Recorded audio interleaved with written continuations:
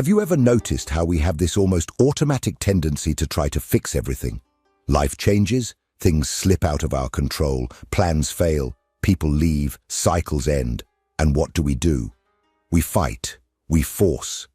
We desperately try to rebuild what existed before, as if the old was always better, as if the new were a threat. There is within us a restlessness, an almost irrational urgency to restore normalcy, even if that normalcy was already suffocating us. But pause for a second.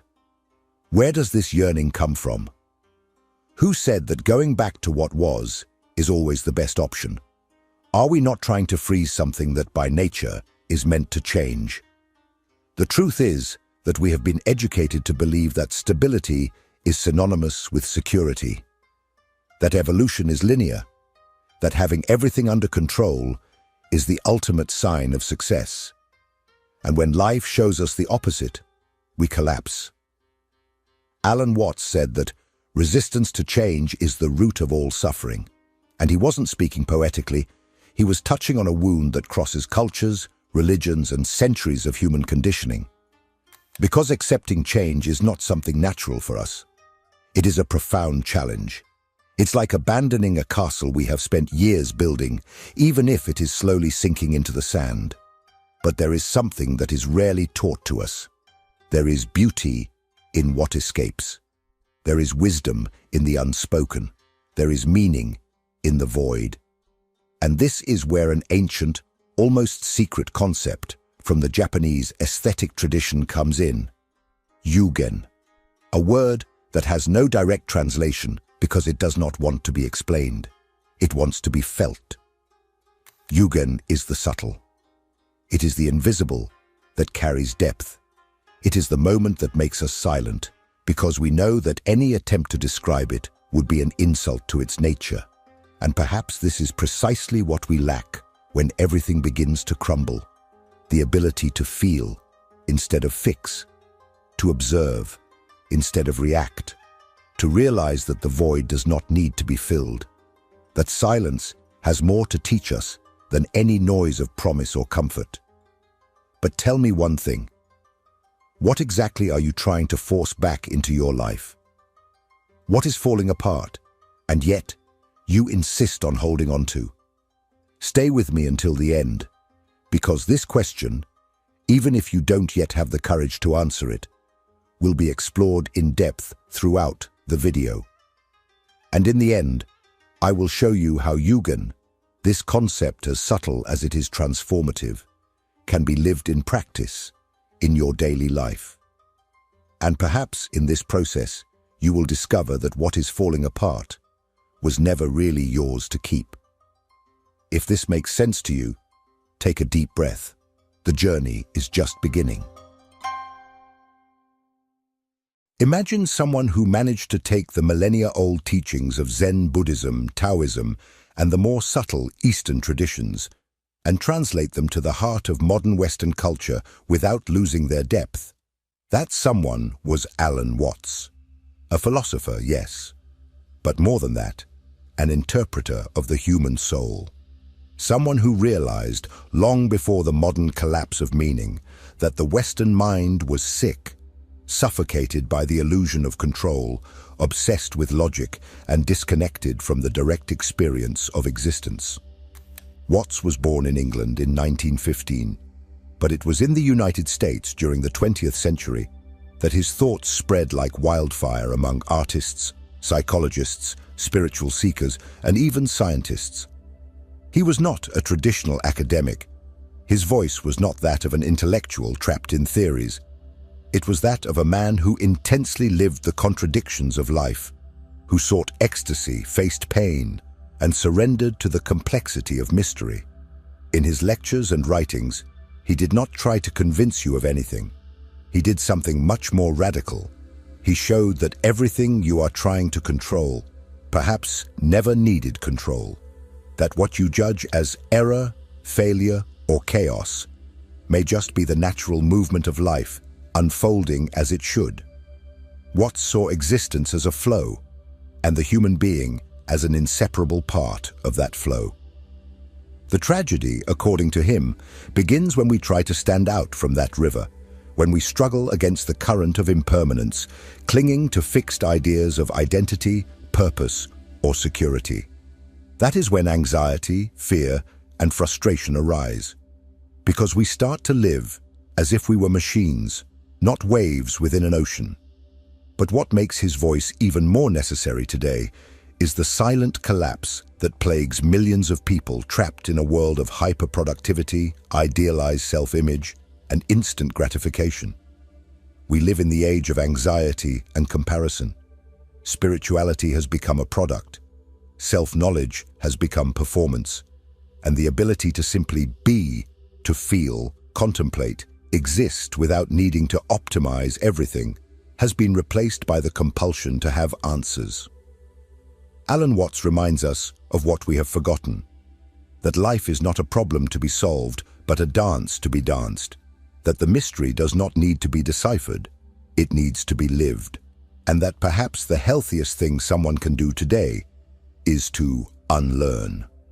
Unlearn to control, to label, to demand, and relearn to perceive what is always present, but rarely noticed. And it is here that the philosophy of Yūgen comes in full force, because what Watts conveyed, even without naming it, was exactly that, the feeling of the ineffable, the fascination with the hidden, the subtle, the unexplainable. But that changes everything. In the next section, we will dive deep into this ancestral concept. What is Yūgen? Where does it come from? And why might it be exactly what you were looking for, even without knowing? If this content is making sense to you, click the subscribe button and subscribe to the channel. Thank you for your support. There are words that carry the weight of centuries, yet at the same time float like dust in the light. Yūgen is one of those words. A Japanese concept as ancient as it is profound, it escapes any literal translation. Trying to explain it accurately is like trying to catch the wind with your hands. Yet, we still feel its presence. It manifests in almost imperceptible moments. A distant sound of bells on a foggy morning, the fall of a leaf in autumn, a glance that says more than 1,000 words, the silence that precedes a tear. In Japanese aesthetic tradition, Yūgen represents a beauty that does not reveal itself directly. It is not the obvious brightness of colors, nor the evident grandeur of a landscape. It is what lies behind in the subtext. It is what moves us without us knowing why. It is the intimate recognition that there is something much greater, deeper, more mysterious than what the eyes can see or the mind can comprehend. The origin of the concept dates back to the 12th century, deeply influenced by Zen Buddhism and the sensitivity of no theater, haiku poetry, and minimalist art. In all these expressions, Yūgen is not in what is shown, but in what is suggested. Art does not explain, it points. And in that silent pointing, it invites us to dive into the invisible, not with the eyes, but with the soul. Yūgen is also acceptance. It is the recognition of the impermanence of all things. There is no struggle against time. There is no desire to eternalize moments. On the contrary, there is a deep respect for the ephemeral, for the shadow that moves slowly at the end of the afternoon, for the breeze that gently sways the curtain, for the sound of footsteps fading away. All of this is Yūgen, and all of this is life in its most honest form. Alan Watts, even without using the term directly in many of his speeches, masterfully translated this spirit. He said that life is like music. The purpose is not to reach the last note as quickly as possible, but to savor each measure, each pause, each vibration that dissolves in the air. Yūgen is exactly that. The pause, the unspoken, the silent reverence for what will never be fully understood, and for that reason, is sacred. And here lies the crucial point. In a society obsessed with clarity, productivity, logic, and exposure, Yūgen is an act of resistance. It is a reminder that not everything needs to be said, explained, or posted, that there is immense power in contemplating something just for the sake of contemplation. That mystery, far from being a problem, is a portal. But how does this connect with Alan Watts in a profound way? How does his philosophy directly engage with this invisible aesthetic, this eloquent silence that is the heart of Yūgen? This is exactly what we will explore in the next part, because Watts not only spoke about it, he lived it. Alan Watts was not just a scholar of Eastern philosophy, he was an artist of thought, an alchemist of words, someone who knew how to capture the essence of the invisible and return it to the world with an almost poetic clarity. And that is why the connection between his philosophy and the concept of Yūgen is not a coincidence. It is a natural symbiosis. Even when he did not directly name this Japanese term, everything Watts taught vibrated on the same frequency as Yūgen. A reverence for mystery, a surrender to the uncontrollable, a yielding to the silent flow of existence. Watts often said that life is like a river, and that suffering begins when we try to swim against the current. This is Yūgen in essence.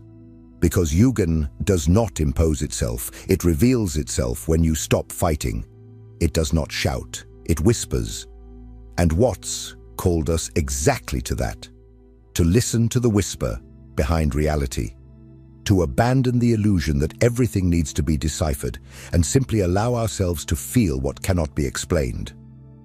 In his lectures, he often used images that evoke this hidden beauty, a candle that extinguishes itself, a bamboo swaying in the wind, the sound of rain on dead leaves.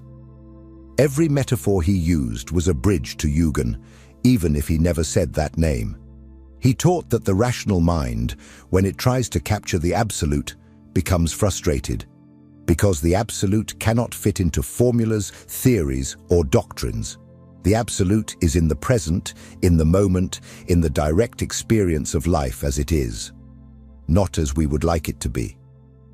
Watts also had a deep sense of humor, and this is important, because Yūgen is not heavy melancholy.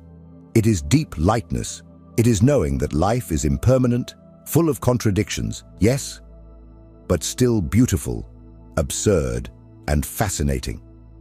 Watts said that taking everything too seriously is to forget that existence is, at its core, a cosmic play, and that laughing at oneself, at the search for meaning, at one's own suffering, is also a form of wisdom. Deep down, Alan Watts gently pushed us out of the ego trap. He said, "Stop trying to be someone, just be. Stop trying to understand everything, just live." And in this call, he echoed exactly the spirit of Yūgen, which does not want you to understand, it wants you to feel. But what happens when we resist this invitation? When we insist on swimming against the flow? When we desperately try to reconstruct what life has already shown us needs to be left behind? What does this cost us, emotionally, psychologically, spiritually? This is what we will confront now, because before learning to surrender to the mystery, you need to understand the weight of resisting it.